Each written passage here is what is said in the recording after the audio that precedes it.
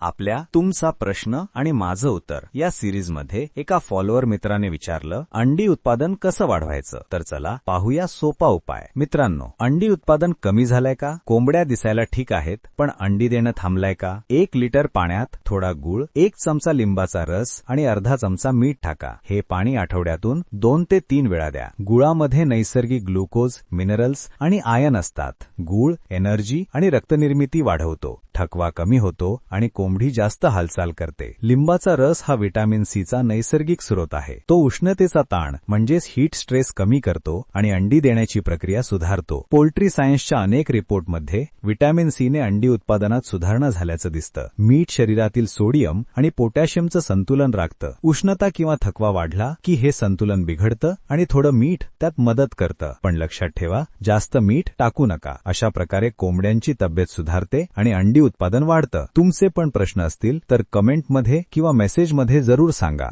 पुढचा व्हिडिओ तुमचाच असू शकतो. लाईक करा, फॉलो करा आणि सबस्क्राईब करा, कारण इथे मिळतंय खरं अनुभवाचं ज्ञान.